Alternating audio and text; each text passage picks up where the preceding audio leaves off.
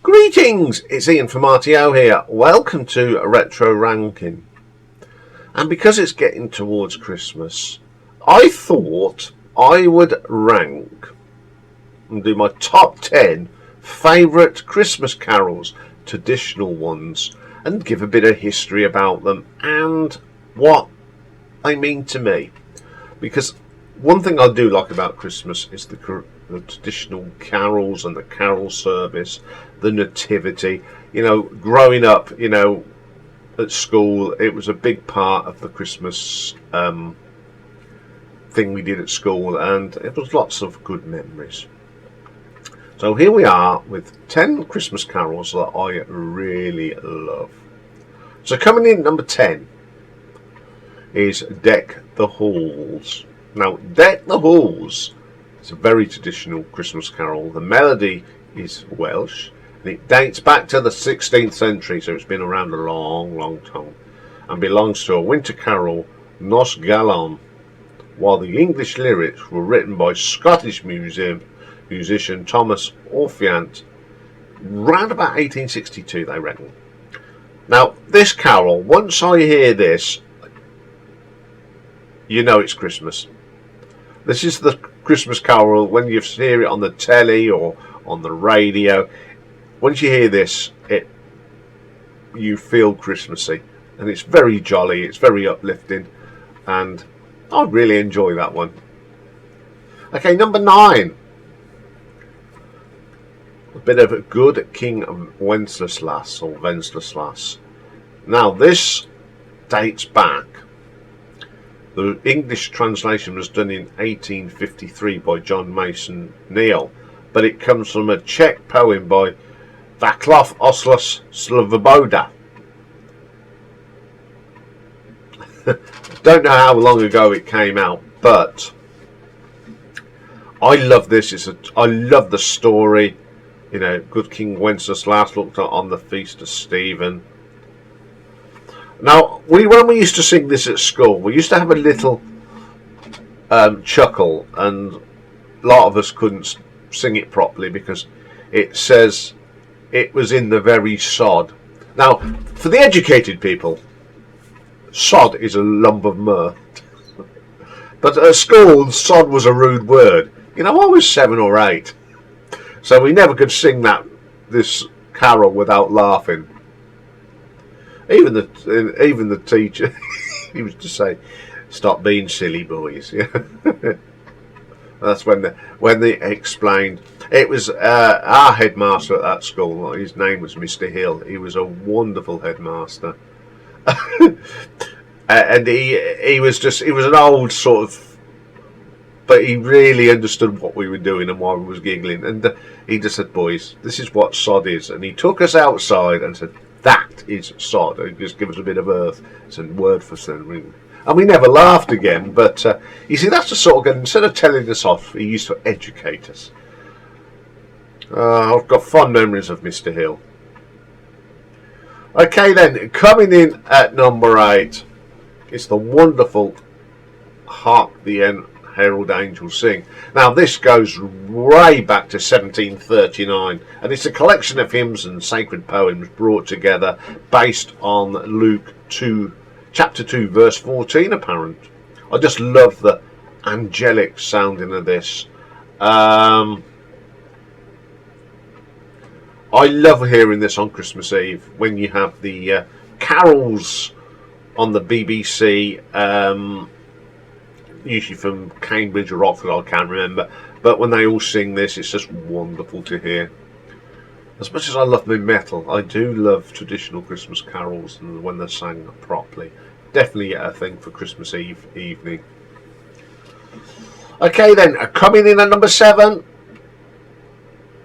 O Come Ye All Ye Faithful, This goes way back again. It's 2 or 3 people have wrote and added bits to it. One was John Francis Wade. And you're going back to the 18th century here on that one. Even King John of Portugal has added his bit to it. But this sort of version eventually came out in about 1751. This was always like the encore of the Christmas Carol service at school. It's a very jollyful sort of track, isn't it? Carol. Oh, come, do, yeah, rip roaring song. I still like it today. Okay, number 6. God Rest Ye Merry Gentlemen. Another very old carol. But it goes back to the earliest version of this, I think, comes from about 1650. But the publication of this melody comes from about 1827. I love this. And it one of my favourite versions of this, as much as I love the cat singing and that, is the version on Jethro Tull's Christmas album. They do a wonderful version of it on that. It's just one of my favourite carols. Okay then, number 5. Once in Royal David City. Comes from a poem by Cecil Francis Alexander. The carol was first published in 1848 in the hymn book for little children. It's a very gentle carol. This was always used to be part of our nativity play at school. The thing is, you started practicing in November. I love this. I think it's just I love the start of this. It's just lovely. It's just got a nice gentle flow to it as well. And again, if you hear this on, a traditional version of this, you've always got the one choir boy doing a wonderful solo piece on it. Absolutely amazing. Okay, coming in at number 4. I was actually talking with Lee yesterday, and this is his favourite, and it's Away in a Manger. Now, this first published in the late 19th century, and it's one of the most popular carols in 1996. It was ranked joint second, but it actually can be claimed from the work of German religious reformer Martin Luther, so it goes way back. I love this. Reminds me of the school nativity, making up the decorations. It just very Christmassy, and we used to sing it as a round at school, and it brings up so many fond memories for me. Okay, number 3. We're going to have a bit of While Shepherds Watch Their Flocks. Very traditional again. This was written by an Irish hymnist, lyricist, and England's poet laureate, Nahum Tate. There's no exact date, but people reckon this goes back to round about 1700, and it could even go back to 1696. When I hear this one, though, it reminds me of my dear granddad, because he used to sing While Shepherds Washed Their Socks by Night. My granddad, he was such a funny man. Very, very thing. We've just had the anniversary of his death, and on the 9th of October, and always remember him on that day. So I've got fondness and sadness of Christmas now, but when I hear this, it just makes me think of my granddad with the shepherds washing their socks. but I do like it. It's a really nice thing. Okay, number 2 is We Three Kings of Orientar. This goes back to 1957, at a time when composition of the carol was done by John Henry Hopkins, and he was a rector of a church in Pennsylvania. And again, oh, this reminds me of my granddad. He used to sing, "We three kings are Orientar, bearing gifts that travel afar. One came on a bike, one in a car, one on his scooter, papping his hooter."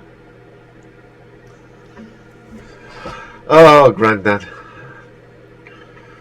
Oh dear, I just love this song, carol, and it does remind me of my granddad so much. I'm going to show you my granddad. That's my granddad in his greenhouse. Put it up a bit closer. With the central heating that he built. Very clever man. God bless you, granddad. Okay, but my number 1 carol, it's always been my favourite, and it's Silent Night, which is a German carol, which is Stille Nacht.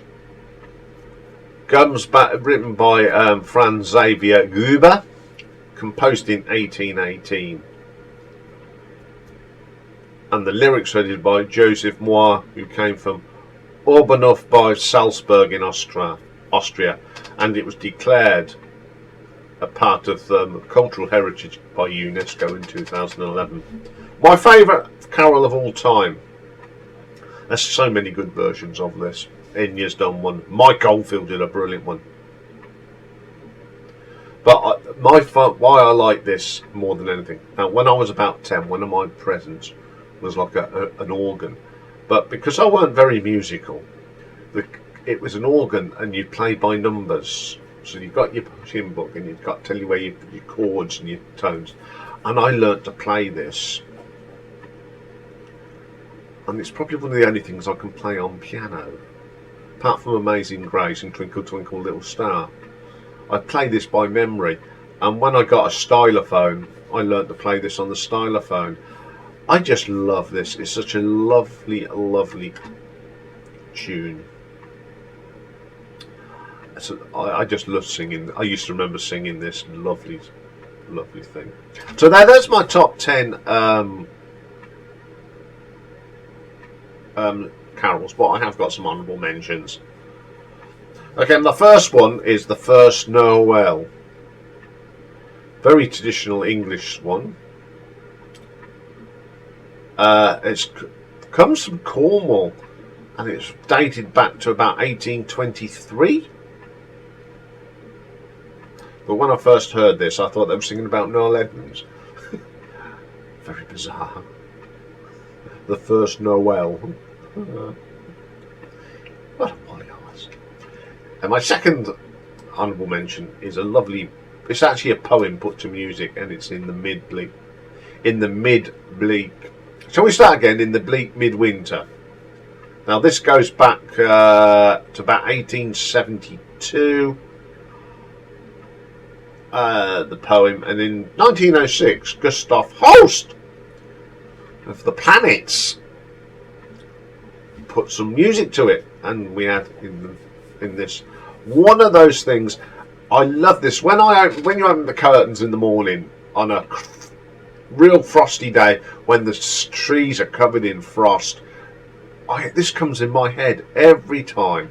Even in February, for some bizarre reason. Because I don't think it's a Christmas carol, but you can sing it any time, because it's all about the midwinter. And my last one is O Little Town of Bethlehem. Now this is based on text written in 1868. It's American again. And in 1906 again, Ralph Vaughan Williams added the music to it. Another of those little carols that reminds me of Nativity. Now, I had some weird roles in the Nativity. ones that were added in that didn't go in the original one. I think the highest I got, I actually played as Shepherd one year. Never got the starring role, but the starring role one year went to someone that went on to be a famous actor, who's been in Frost. He was in Hustle. Now he plays Vanderbilt. So yes, on my claim to fame, I was in the nativity play with Mark Warren. That's all my claim to fame is. So that's the song we used to sing. When he's born and the shepherds were standing there, the kings come in, all that sort of thing. So yeah, such things. It's amazing. He's now a well-known actor, and I'm a YouTuber. Poles apart. Anyway, I hope you've enjoyed this little scurry into Christmas carols and some of my memories of Christmas for me. I'll be back tomorrow, and it's a marathon day, and we've got a band that's forgotten about from the new wave of British heavy metal. They're still going today. I think it's the fantastic Tokyo Blade with their blend of heavy metal and Japanese swords and all that sort of thing. So that's all for tomorrow. So have a great day, everyone, and bye for now.